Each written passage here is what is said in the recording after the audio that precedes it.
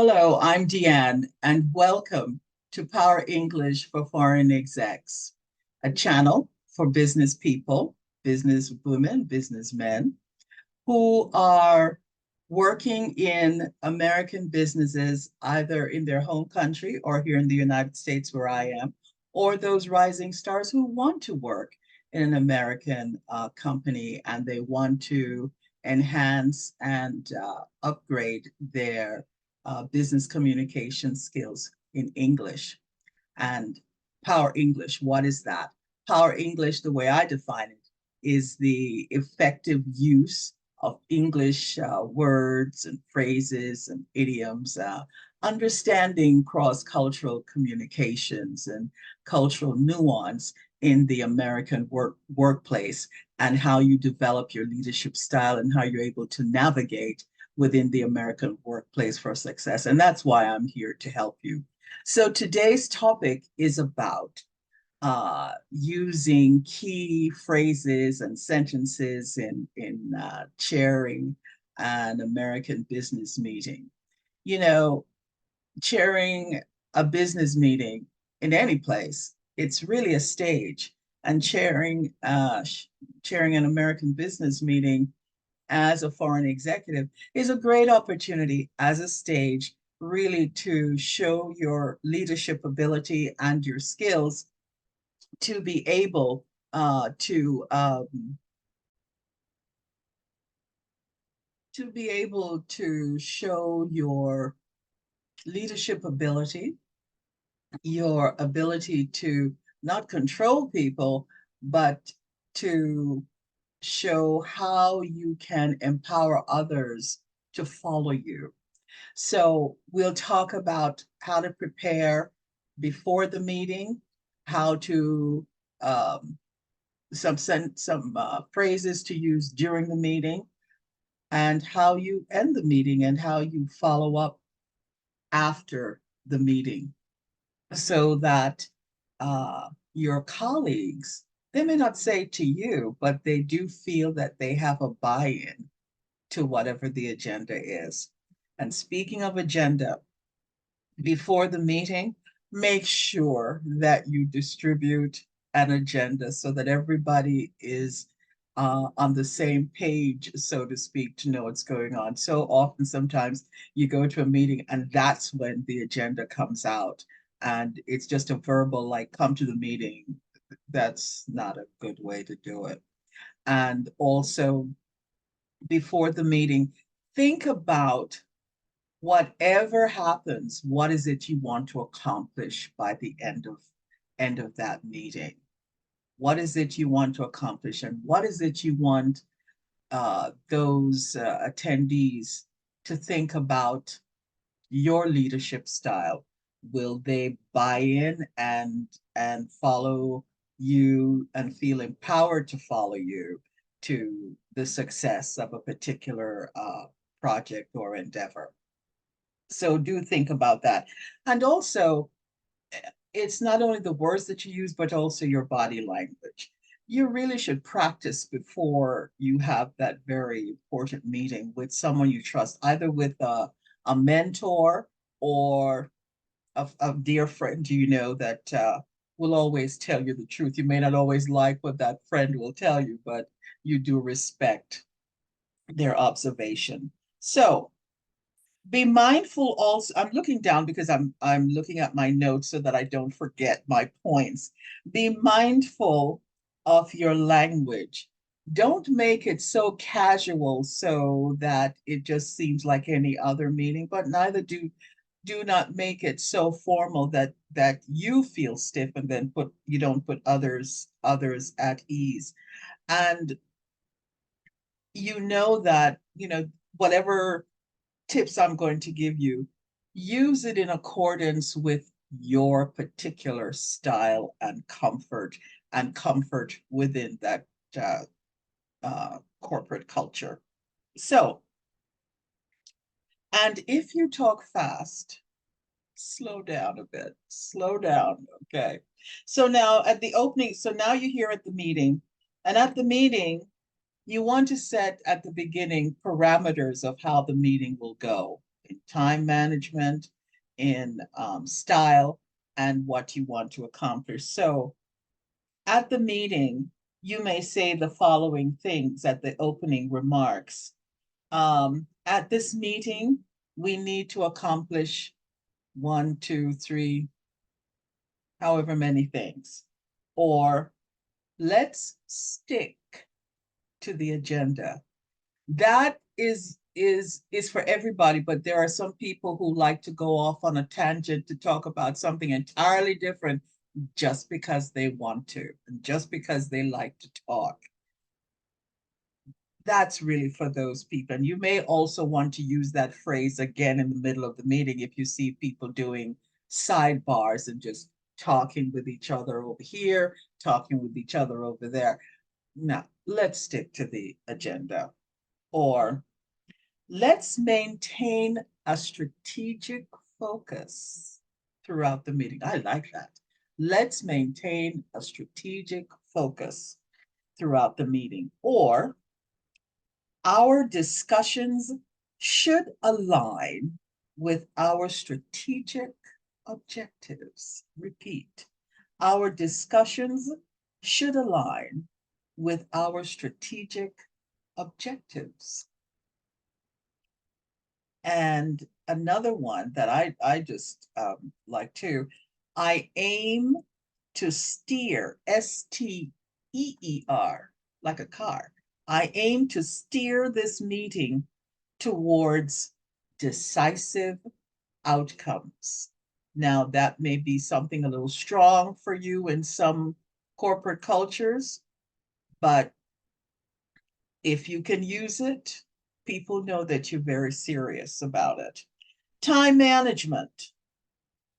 And this is where, if you have a certain time to complete this meeting, because that's the time management you set, or because use of the conference room or wherever you're meeting, you have to leave, you can say, we need to stay on schedule, or let's keep this meeting time bound, TIME hyphen BOUND, time bound, or we have a hard stop, HARD, stop at 2:00.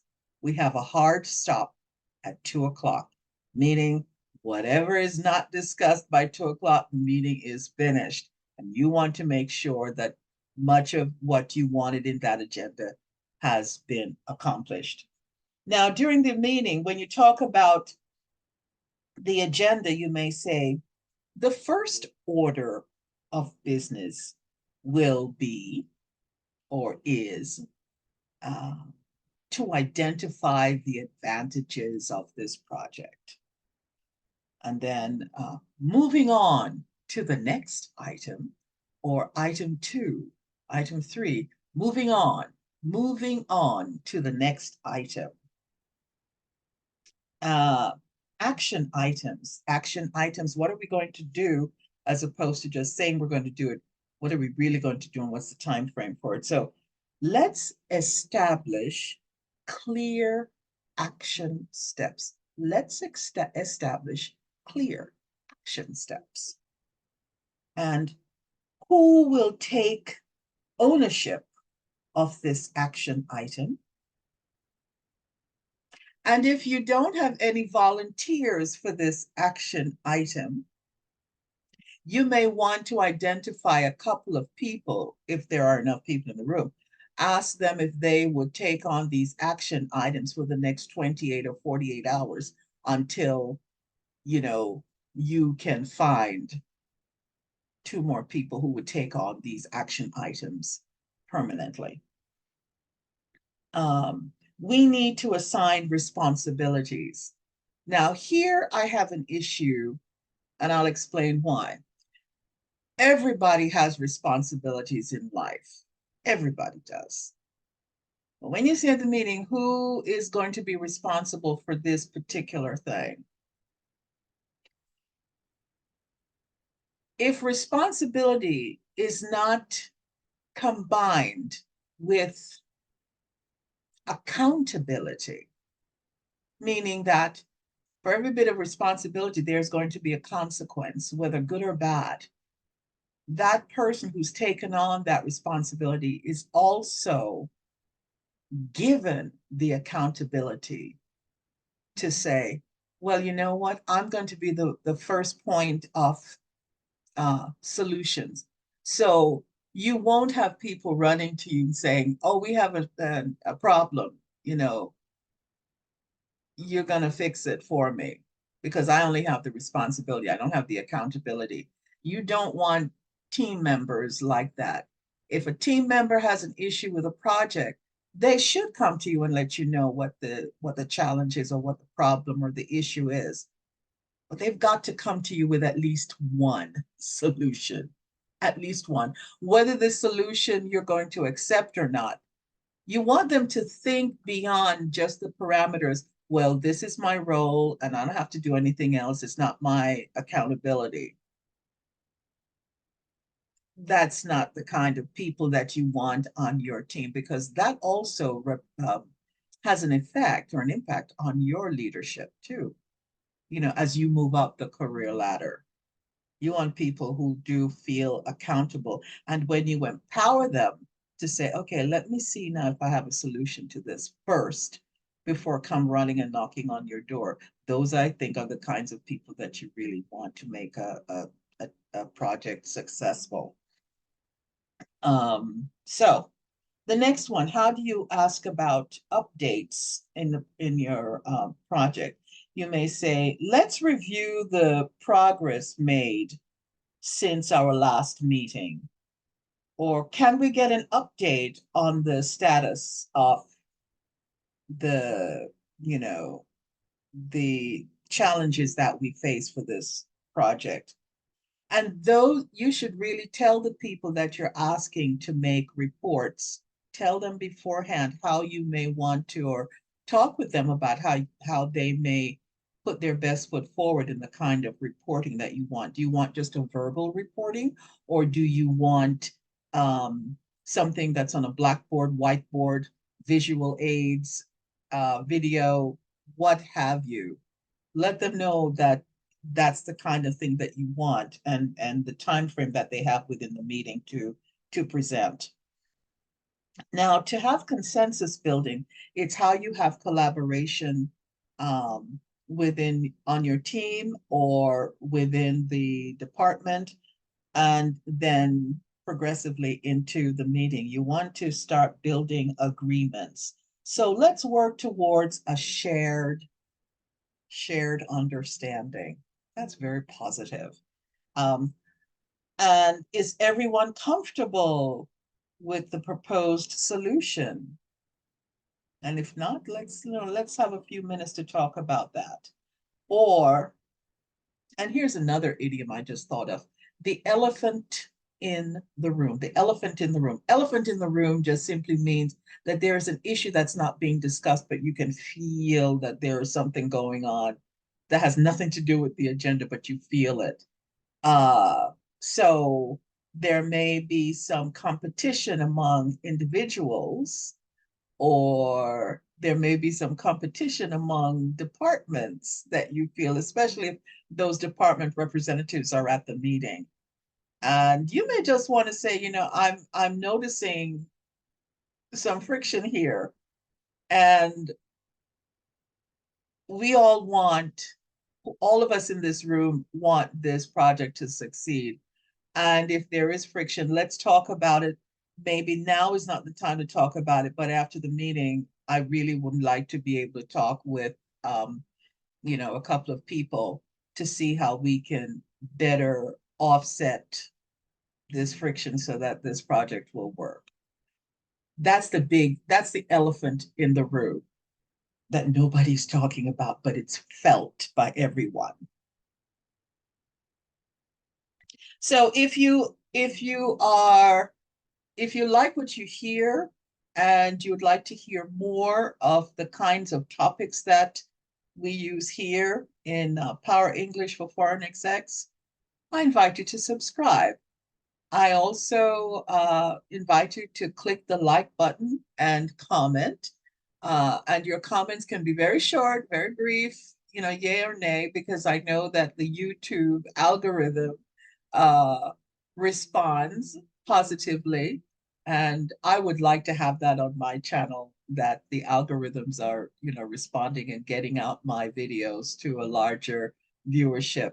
So I also would appreciate that. And just to let you know, if you're interested in one-on-one consultation, I also do executive career coaching. My background does include executive headhunting, and also doing business English online with business people in Korea. So if you'd like to talk with me further and talk about some issues that you may be having in your workplace and how best to navigate those issues and challenges, let me know. Drop me a line. The information to contact me is in the description box. Okay?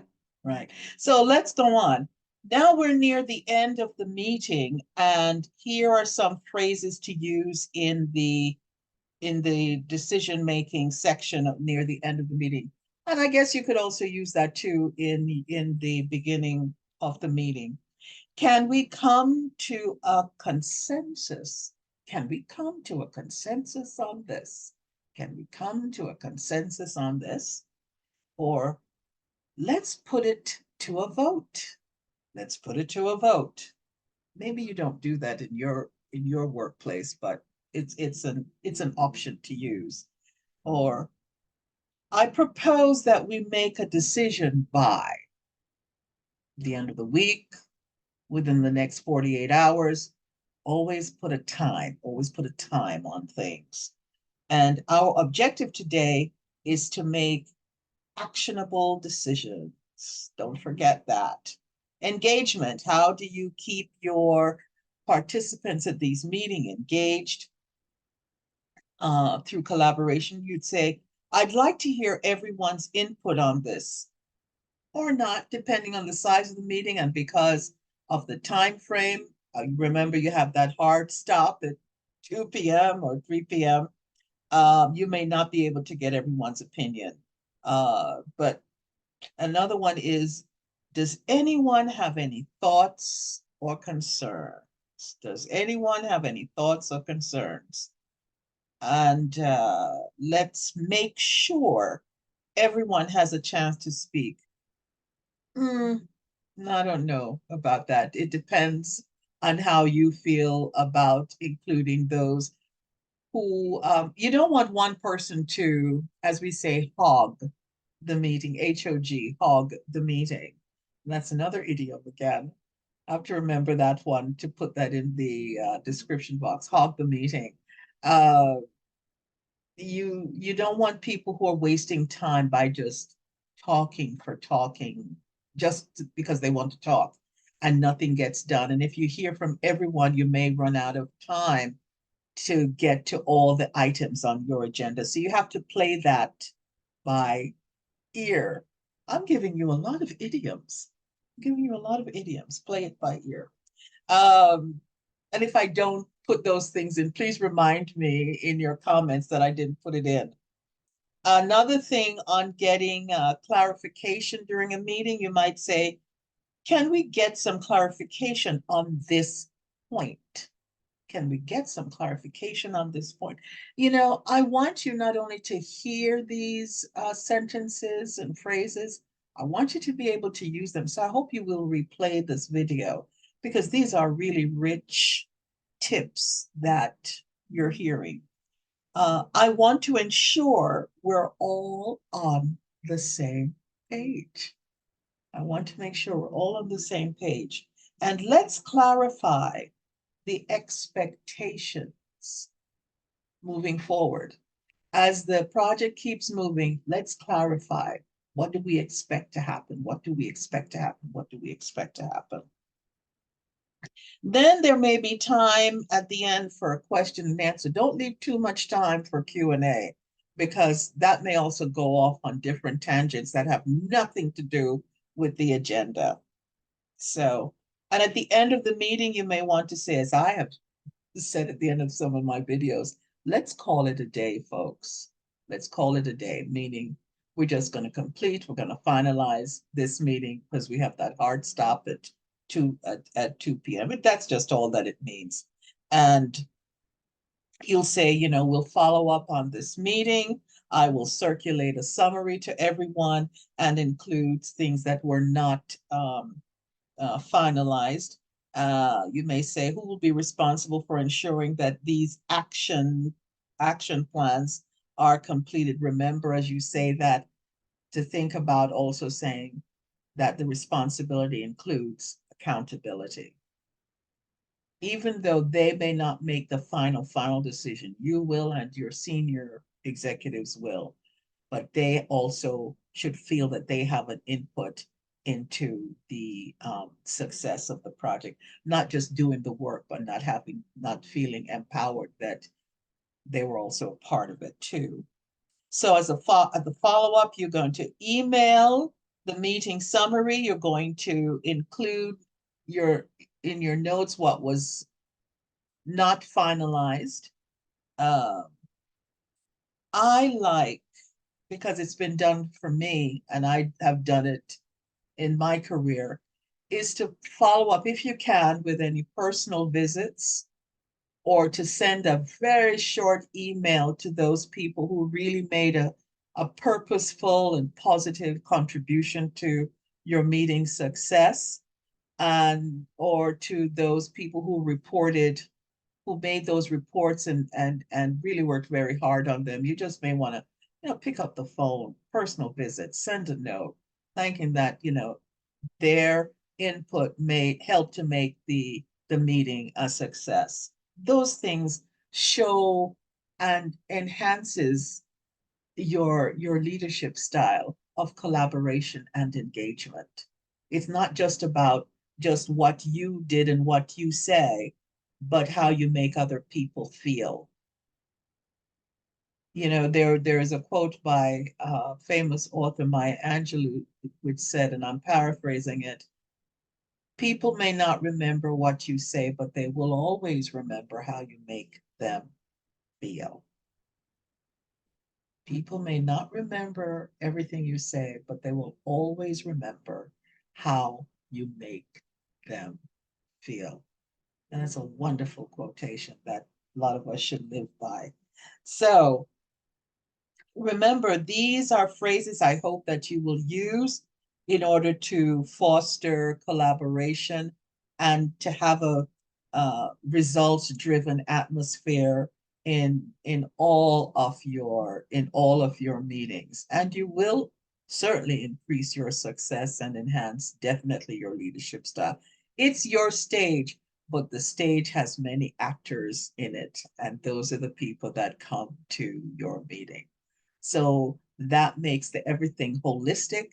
You are the chair, but also everybody else has a buy-in. And people, you know, walk away. They may not always tell you this, but they feel, oh, you know, it was a well-run meeting. I feel I can really make a contribution to this project. And, you know, he makes it open that I can go and talk with him, but I better have some solutions to issues that come up. So that's it for me. Thank you so much for staying with me. And I've enjoyed this, and I hope that you've taken a few tips and phrases from this. And thank you so much for being here. And I look forward to seeing you next time.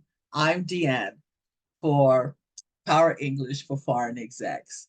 Thank you for coming. Bye for now.